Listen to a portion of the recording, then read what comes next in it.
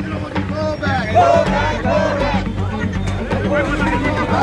Go back, go back, Narendra Modi go back, Narendra मोदीचं करायचं काय?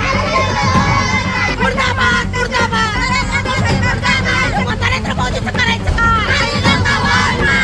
पंतप्रधान नरेंद्र मोदी यांच्या दौऱ्याला विरोध करणाऱ्या पिंपरी चिंचवड शहरातील सामाजिक संघटना तसेच पिंपरी चिंचवड काँग्रेस शहराध्यक्ष कैलास कदम यांच्यासह पदाधिकाऱ्यांना पोलिसांनी घेतले ताब्यात।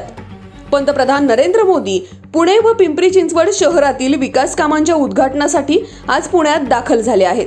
तसेच आज पंतप्रधान नरेंद्र मोदी यांच्या हस्ते होणारे उद्घाटन याच्या निषेधार्थ म्हणून आज पिंपरी चिंचवड शहरात INDIA फ्रंट पुरोगामी पक्ष व सामाजिक संघटनेच्या वतीने पिंपरी येथील डॉक्टर बाबासाहेब आंबेडकर पुतळ्याजवळ निदर्शने दाखवताना सामाजिक संघटनेच्या पदाधिकाऱ्यांना तसेच पिंपरी चिंचवड शहरातील काँग्रेस पक्षाचे शहराध्यक्ष कैलास कदम यांना तसेच काही पदाधिकाऱ्यांना पोलिसांनी आंदोलनकर्त्या घटनास्थळावरून ताब्यात घेण्यात आले। या सर्व पदाधिकाऱ्यांना पिंपरी पोलिसांनी आज बंदिस्त करून ठेवण्यात आले आहे।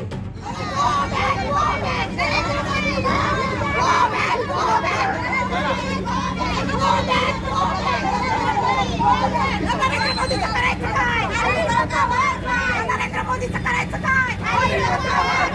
नरेंद्र मोदीचं करायचं काय?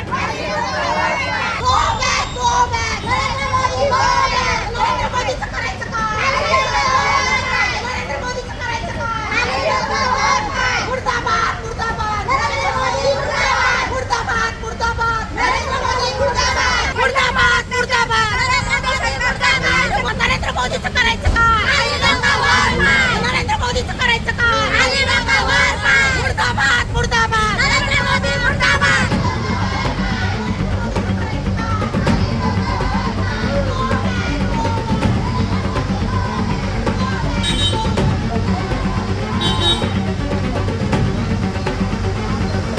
पिंपरी चिंचवड शहराची काही विकास कामाच्या संदर्भामध्ये सुद्धा आज ते उद्घाटन करणार होते। मागच्या वेळेस सुद्धा मोदींनी येऊन मेट्रोचं जे उद्घाटन केलं त्याचं आंदोलन आम्ही सगळ्यांनी केलं होतं आणि ते मेट्रोचं कामसुद्धा पूर्णपणे झालं नव्हतं। आमची मागणी त्यावेळेस त्या ठिकाणी एवढीच होती की तुम्ही मेट्रोचं काम पूर्ण असं झालं नाही आणि तिथं तुम्ही उद्घाटन करताय। आज आपण पाहिलं पिंपरी ते दापोलीपर्यंत मेट्रो चालते, पण तिचा रोजचा असणारा विजेचा खर्च, रोजचा असणारा कर्मचाऱ्यांचा खर्च, रोजचा असणारा हाऊसकीपिंगचा खर्च, म्हणजे हा सगळा खर्च आपण पाहिला तर कितीही मेट्रो त्या ठिकाणी रोज चालते त्याच्यापेक्षा जास्त त्या ठिकाणी लोकांच्या नागरिकांच्या करदात्यांच्या खिशातून त्या ठिकाणी पैसा काढला जातो।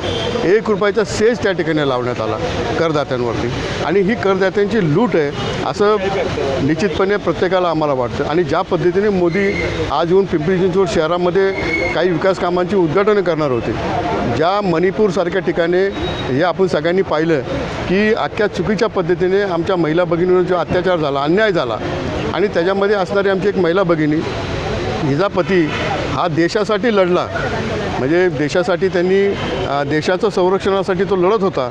त्यांनी सांगितलं की मी देशाच्या संरक्षणासाठी लढतो आहे, पण माझं घर मी स्वतःचं वाचू शकलो नाही, माझ्या कुटुंबाचं मी संरक्षण करू शकलो नाही। पण आपल्या देशाच्या पंतप्रधानांना किंबहुन तिथं जाण्यासाठी, किंबहुन त्या लोकांना तिथं शांत करण्यासाठी दोन समाजामधला तेढ निर्माण करण्यात आलेला आहे। भाजपामुळं तो शांत करू शकले नाही। भाजप सगळ्या ठिकाणी अपयश झालेला हा पक्ष आहे। देशाच्या 130 कोटीपेक्षा जास्त जनतेला वेठीस धरण्याचं काम त्या ठिकाणी त्यांच्या वतीने चाललेलं आहे। मग त्या ठिकाणी कामगार असेल, कष्टकरी असेल, शेतकरी असेल आणि किंबहुन ह्या कामगार नगरीमध्ये कामगारांचे कायदेसुद्धा त्यांनी मुळीत काढलेले आहेत आणि ह्या करदात्यांची ज्या पद्धतीने लूट होते त्यामुळं सामान्य नागरिक, सर्व समाजाचा घटक जो मणिपूरच्या विषयी किंबहुन काही बोलण्यास मोदी तयार नाहीत, त्याच्याविषयी त्यांनी बोलावं आणि मणिपूरमध्ये जळत असलेलं मणिपूर त्यांनी शांत करावं, ही मागणी सगळ्या आमच्या नागरिकांची आहे आणि त्यासाठी आज ते पुण्यामध्ये येत आहेत, त्याचा निषेध आम्ही सगळेजण या ठिकाणी नोंदवतो।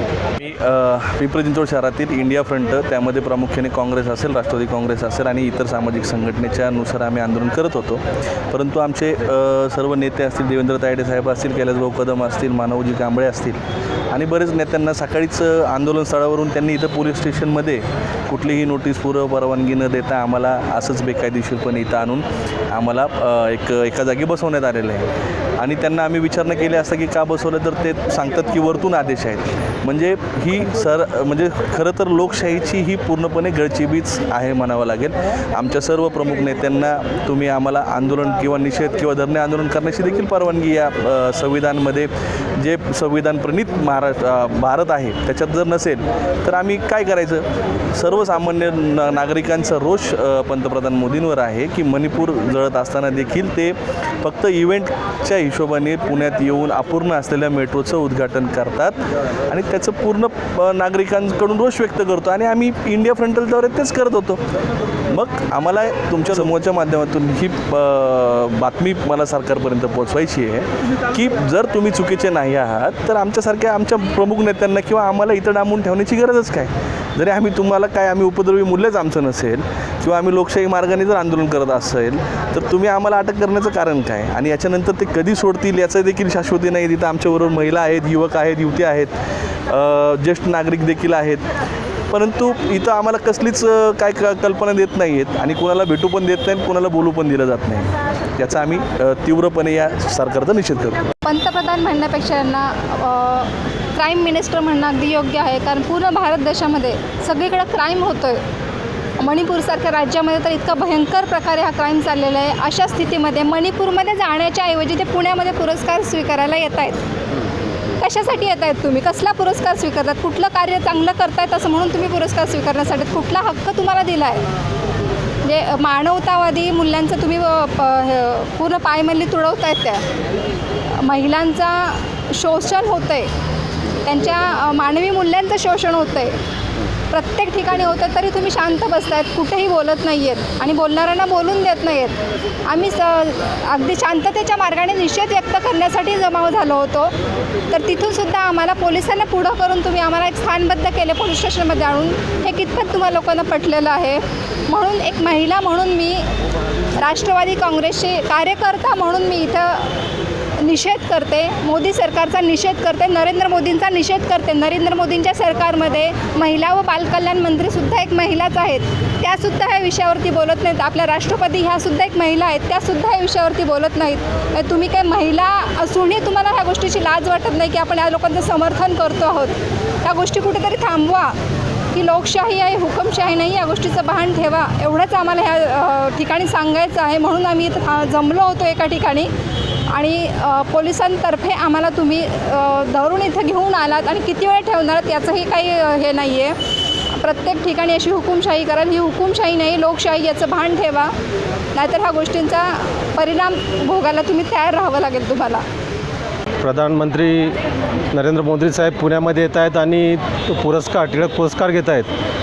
आणि आम्ही जे पिंपरी चिंचवड शहरामध्ये आंदोलन त्याच्याच विरुद्ध आहे की आम्हाला राष्ट्रपती महोदयांना या माध्यमातून आमचा मेसेज द्यायचा आहे की मणिपूरची एवढ्या हत्या झाल्या आहेत, एवढे बलात्कार होत आहेत, कितीतरी घरं जाळले जात आहेत, एवढे मुलं त्या ठिकाणी, लहान मुलं फार बेघर झालेले आहेत, अनाथ झालेले आहेत. असली कुठली पर्वा न करता नरेंद्र मोदी साहेब पुरस्कार स्वीकारतातच कसे?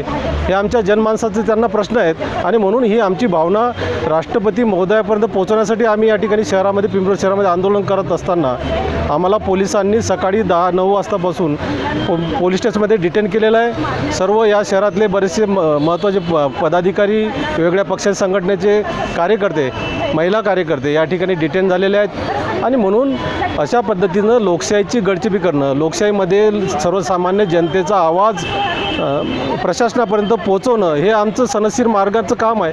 आणि ते आम्ही त्यांच्यापर्यंत मोदी साहेबांपर्यंत पोहोचवण्यासाठी हे त्या पद्धतीने आम्ही आंदोलन करत होतो. परंतु या ठिकाणी पोलिसांच्या माध्यमातून आम्हाला हे आंदोलन करू देत नाही. त्यांनी डिटेन केलेलं आहे आणि आता किती वाजेपर्यंत ते डिटेन करतील त्याचे काही आम्हाला अजूनही सांगितलं गेलेलं नाही. या ठिकाणी आम्ही सर्व कार्यकर्ते या ठिकाणी पोलीस स्टेशनमध्ये बसलेलो.